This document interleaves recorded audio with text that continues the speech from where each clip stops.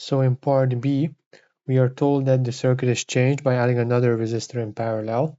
We're asked to outline the effect this has on the reading on the ammeter for part 1.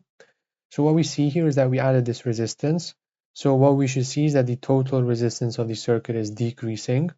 So this can be seen by, if we look at the new equivalent resistance for this parallel connection, it will be 1 over 50 plus this 1 over R. So what we can say is that the total resistance, so the R equivalent, will have to be smaller than this 50 ohms. So this 50 ohms. So if we again look back at the formula we used in part 1, if we rearrange that formula for I, we get that it's EMF over R plus R. And we know that this has decreased.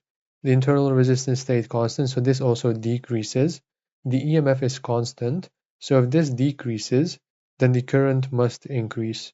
So the current increases.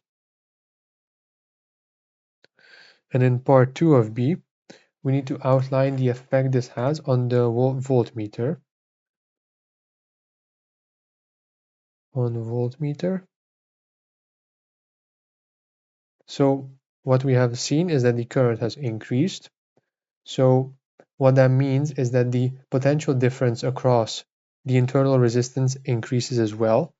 If we consider what is inside of the battery, we can model it like the battery being here, and then we have the internal resistance as another resistor here. And if the current increases, that means the voltage across the internal resistance is I times small r is increasing. So the voltage drop across the internal resistance increases, which means that the voltage measured by the voltmeter has to decrease because the battery has to spend more of these 3 volts to drive current through itself.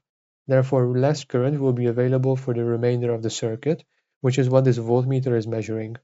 And that is why it will have to decrease.